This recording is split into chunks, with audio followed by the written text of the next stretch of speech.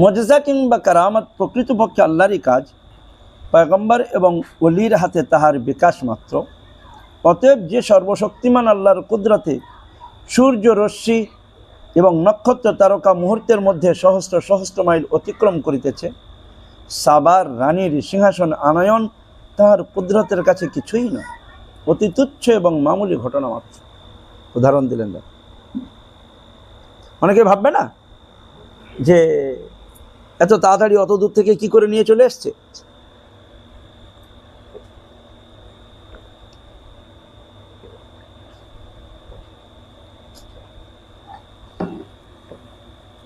তো সেই জন্য হযরত উদাহরণ দিয়েছেন,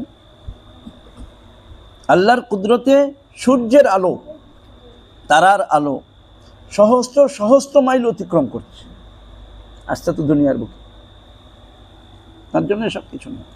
হযরত সুলাইমান আলাইহিস সালাম বলেন, আমার প্রতি তাহার এই অনন্য সাধারণ নিয়ামত এবং অনুগ্রহ দ্বারা আল্লাহ আমার পরীক্ষা নিতে চান, আমি তাহার নিয়ামতের শুকরিয়া কৃতজ্ঞতা নিবেদন করি কি না দেখিতে চান। বলা বাহুল্য, মানুষ যদি একটুখানি চিন্তা করিয়া দেখে তবে সহজেই বুঝিতে পারিবে যে আল্লাহর শুকরিয়া আদায় করিতে সে বাধ্য। আল্লাহর কৃতজ্ঞতা নিবেদন না করিয়া তাহার উপায় নাই। মানুষের এই শুকর এবং কৃতজ্ঞতা নিবেদন মানুষের নিজের স্বার্থেই করিতে হয়, নতুবা মানুষের নিজের ক্ষতি, ইহাতে আল্লাহর লাভ লোকসান কিছুই নাই। মানুষের শুকর নিবেদনে আল্লাহর যেমন কোনো লাভ হয় না, তেমনি মানুষ যদি কুফর করে আল্লাহর নাশুকরি এবং নিমক হারামি, তবে তিনি তাহারও কোনো পরোয়া করেন না, বরং এরূপ অকৃতজ্ঞকে তৎক্ষণাৎ শাস্তি প্রদান না করিয়া তাহাকে সতর্ক সাবধান হইবার, আত্মসংশোধন করিবার সুযোগ দান করিয়া তিনি তাহার উদারতা বদান্যতার পরিচয় দান করিয়া থাকেন। এত সত্ত্বেও মানুষের অকৃতজ্ঞতা, নিমক হারামি অত্যন্ত মূর্খতা, বোকামির নিদর্শন, সন্দেহ নাই। আল্লাহর শুকরিয়া না করা বোকা মানুষের কাজ। আমি করেছি, আমি জোগাড় করেছি তাই খেয়েছি, আমি বাজার করেছি তাই খেয়েছি, আমি এনেছি তাই খাই। আরে তুমি করেছো, তোমাকে যে আল্লাহ তাআলা তৌফিক দিয়েছেন এর জন্য শুকরিয়া আদায় করা দরকার। নিজের কিসের শক্তি? কত কত শত আসলো, কত শত গেল। আল্লাহ তাআলা একটুখানি সামান্য মাথার এক সাইডের একটুখানি শিরা শুধু সামান্য চেপে যাক না, বাস দ্বিতীয় সাইড অফ। 25,000 শিরা থাকে, 50,000 শিরা থাকে, 25,000 এক সাইডে, 25,000 এক সাইডে। একটা শিরার উপরে চাপ পড়া মানে একটা সাইড অফ হয়ে যাবে। আল্লাহ তাআলার কুদরত, এই জন্য শুকরিয়া আদায় করা দরকার। সাবার রানীর সিংহাসনখানি হযরত সুলাইমানের কাছে উপস্থিত হইলে পর তিনি তাহার লোকদের নির্দেশ দেন, রানী যাহাতে সহজে চিনিতে না পারে তার জন্য সিংহাসনখানির রং রূপ বদলাইয়া দাও। হিদায়ত এবং সুপথ লাভের যোগ্যতা এবং বিচার বুদ্ধি রানীর আছে কিনা এত দ্বারা তাহা পরখ করিতে চাই। দেখি, অনেকে ভাববে কেন নিয়ে আসলেন উনি? আমি তার উত্তর দিলাম কি, গনিমতের মাল হয়ে গেছে, আত্মসমর্পণ করে দিয়েছে। রানী নিজেই চলে আসছে, তার সিংহাসনের অস্তিত্ব থাকার কথাই নয়। তো দেখি হিদায়ত পেতে পারে কিনা। সুলাইমানের আদেশ পালিত হয়। সাবার রানী উপস্থিত হইলে পর সিংহাসনখানির প্রতি ইঙ্গিত করত তাহাকে জিজ্ঞাসা করেন, তোমার সিংহাসনটিও কি অনুরূপ? বুদ্ধিমতী রানী উত্তর করেন, কিছু পরিবর্তিত আকারে ইহা যেন তাহাই মনে হইতেছে। কিছু পরিবর্তিত আকারে ইহা তাহাই মনে হইতেছে। হ্যাঁ, মানে উত্তর কত সুন্দর দিল। এমনি যখন চিঠি যায় তখনও সভাসদদের নিয়ে কত সুন্দর পরামর্শ করেছে, বলো তোমরা কি বলতে চাও। আবার নিজেই উত্তর দিচ্ছেন। দেখো, কোনো বাদশাহ কোনো দেশে ঢোকা মানে যখন জয়ী হবেন তিনি, তখন বিজিতদের যতই সম্মান থাক তারা অপদস্থ হবে, আর সেই দেশ ধ্বংস হবে। অতএব ওই রাস্তায় হেঁটে লাভ নেই, আগে পরীক্ষা করি তিনি লোভী মানুষ, নারী লোলুপতা আছে, অর্থের লোভ আছে নাকি। পরীক্ষা করে নিলেন। বাল আনতুম বিহাদিয়াতিকুম তাফরাহুন, তোমরা তোমাদের হাদিয়াতে খুশ থাকো, আমার আল্লাহ যা দিয়েছেন যথেষ্ট দিয়েছেন।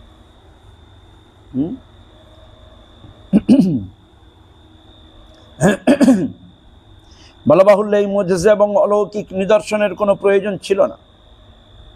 আপনি যে শুধু বাদশাহী নন, বরং আল্লাহর প্রিয় বান্দা এবং পয়গম্বর, এ কথা আমি পূর্বেই বুঝিতে পারিয়াছি, এবং সেই জন্যই তো আপনার কাছে আত্মসমর্পণ ও আনুগত্যের পথ ধরিয়াছি। বেলকিস কি উত্তর দিল? এ প্রয়োজন ছিল না, আমি তো বুঝতে পেরেছি যে আপনি শুধু একজন বাদশাহ নন।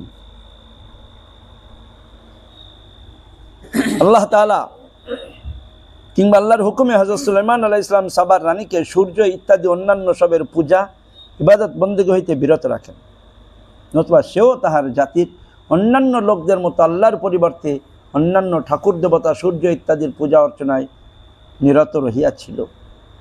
মিথ্যা ঠাকুর দেবতা, উপাস্যদের ভক্তি শ্রদ্ধা, কাফির জাতির অন্ধ অনুকরণ এবং সংস্কার তাহাকে এতদিন আল্লাহর ইবাদত বন্দেগী এবং সত্যিকার তাওহীদের পথ হইতে বিরত বঞ্চিত রাখিয়াছিল। তার হিদায়াত লাভের প্রতিবন্ধক ছিল। এক্ষণে হযরত সুলাইমানের সংস্পর্শে সেই প্রতিবন্ধক অপস্থিত হয় এবং সে তাওহীদের পথে চলিতে আরম্ভ করে। হযরত সুলাইমানের প্রাসাদ সম্মুখে ছিল সূক্ষ্ম মসৃণ কাঁচের ফারস। সূক্ষ্ম মসৃণ কাঁচের ফারস, কাঁচ বিছানো ছিল। অত্যধিক স্বচ্ছতা হেতু তাহা আপাত দৃষ্টিতে পানি বলিয়া মনে হইত, অথবা হইতে পারে পানির হাউজের উপরে এই কাঁচের আস্তরণ ছিল। দর্শকের চোখে প্রথম দর্শনে তাহা শুধু জলই মনে হইত। সাবার রানীকে রাজপ্রাসাদে প্রবেশের নির্দেশ দিলে তিনি তাহা পানি মনে করত। হাঁটু পর্যন্ত কাপড় গুটাইতে যান, তাহার পায়ের গোছা নগ্ন হইয়া যায়। হযরত সুলাইমান আলাইহিস সালাম দরবারে বসিয়াছিলেন। রানীকে এমন করিতে দেখিয়া তিনি তৎক্ষণাৎ বলেন, ইহা পানি নয়, নিছক কাঁচ মাত্র। বস্ত্র উত্তোলনের কোনো প্রয়োজন নাই। ইহাতে স্বভাবতই রানী নিজের নির্বুদ্ধিতার জন্য নিজেকে লজ্জিত বোধ করেন এবং হযরত সুলাইমানের বুদ্ধি মাহাত্ম্য স্বীকার করিতে বাধ্য হন। সঙ্গে সঙ্গে তাহার সচেতন বিবেক তাহাকে সতর্ক করিয়া বলে, অনুরূপভাবে এতদিন যাবৎ তুমি যে দিন ধর্ম অবলম্বন করিয়া রহিয়াছ তাহা ভুল, তুমিই ধোকায় পড়িয়া আছো। সুলাইমান আলাইহিস সালামের বুদ্ধি আর হিকমতটা দেখো। সহজে তাকে হিদায়াতের পথে ডাকার রাস্তা তৈরি করলেন। প্রথমে কি দেখি বুদ্ধি কেমন, আগে চিঠি পাঠালেন, তার সুন্দর উত্তর, তার জন্য যে প্রসেস অবলম্বন করেছেন খুব সুন্দর।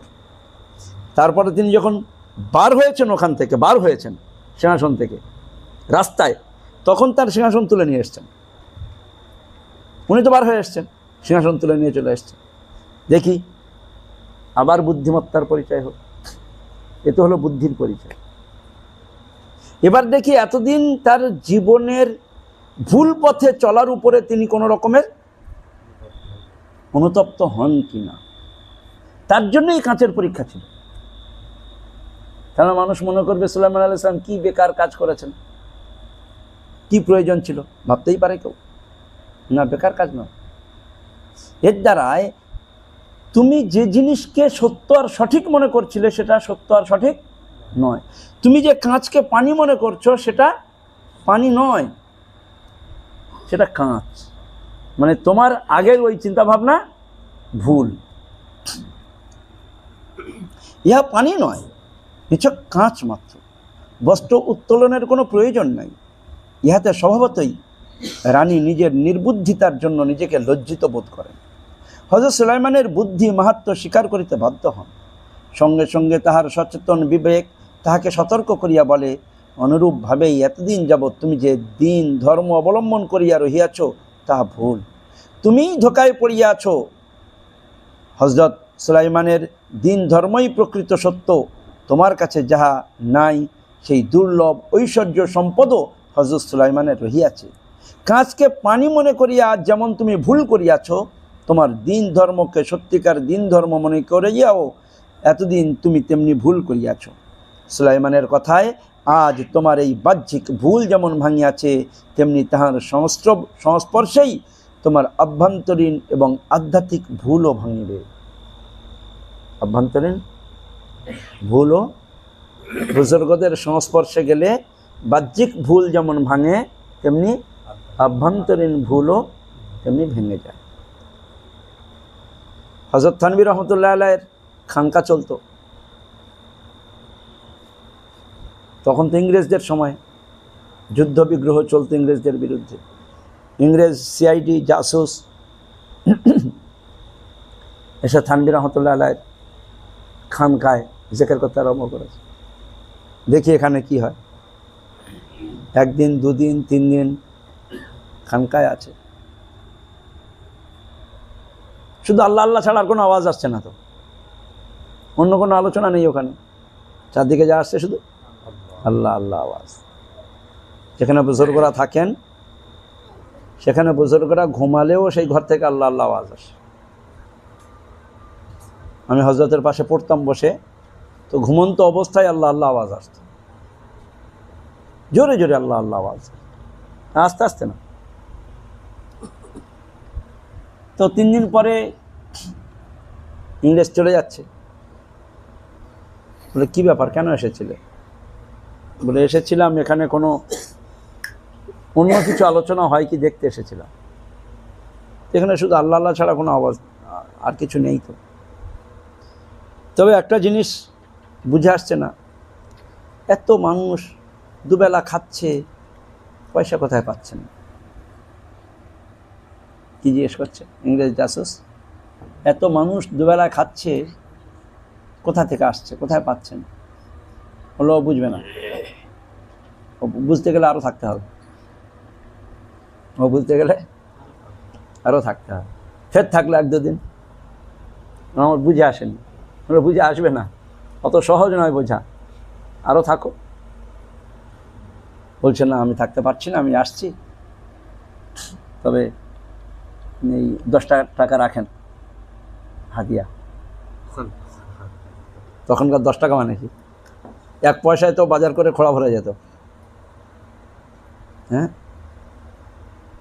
তখন হযরত উত্তর দিলেন, বলে এইভাবেই চালায় আল্লাহ। কিভাবে চলে? এইভাবেই চালায় আল্লাহ, আল্লাহ চালালে এইভাবেই চালায়।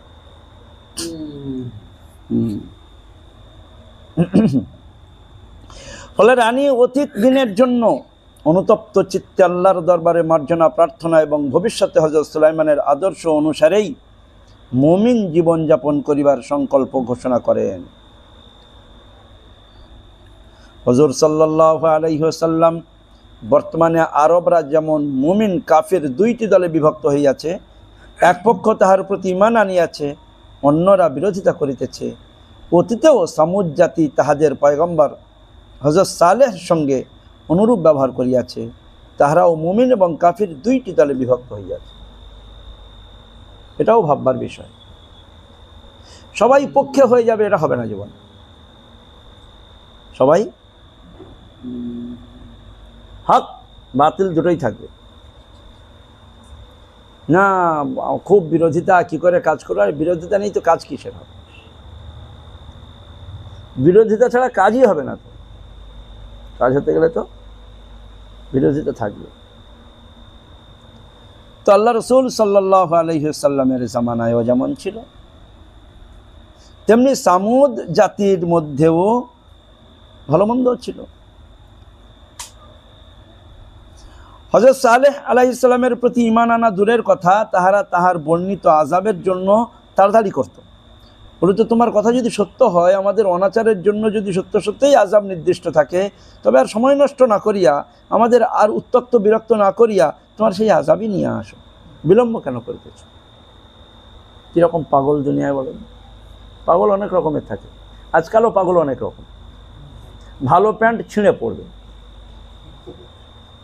ভালো প্যান্ট ছিঁড়ে পড়বে, কীরকম পাগল বলো না? সে গাধা ঘুলিয়ে পানি খায়, ফটিক পানি খাবে না, সুন্দর পরিষ্কার পরিচ্ছন্ন পানি, ছিঁড়ে প্যান্ট পরবে কীরকম? আর ওরাই বলে এটাই স্টাইল। ওই জন্য আমি কি করি, একদম নিচে শাক পায়জামা পরি, একটু মানে অর্ধেক। কেউ জিজ্ঞেস করলে এত উঁচু পায়জামা, মানে এটা আমার স্টাইল। তোমরা যদি ছেঁড়া পরে স্টাইল দেখাতে পারো, তা আমি নিচে শাক পরে স্টাইল দেখাতে পারি না? হ্যাঁ, তোমার চুলে রং করে যদি স্টাইল দেখাতে পারো, তা আমি চুল ছোটো করেও স্টাইল দেখাতে পারি, এটা আমার স্টাইল। হ্যাঁ, কত রকমের স্টাইল আছে দুনিয়া। কেউ জেট করি কাটিং চুল কাটছে, তার যদি স্টাইল থাকে, তো আমার হাবিবের স্টাইলের চেয়ে বড় স্টাইল কি আছে আর? ওই জন্য নিজেকে সবসময় কি, আল্লাহ রসুলের স্টাইল কি, আল্লাহর রসুলের স্টাইল কি, ওর চেয়ে পৃথিবী আর ভালো কোনো স্টাইল নেই, আসবেও না। অত সুন্দর স্টাইল আর আসবেও না। ওই জন্য ওই স্টাইলের নকল কর। কি সব পাগলাদের সব ভালো প্যান্ট ছেঁড়া পরা স্টাইল, হাফ প্যান্ট পরা স্টাইল, আবার বলবেন ন্যাংটো হয়ে থাকা স্টাইল। তো সব স্টাইলের প্রয়োজন নেই, পাগল।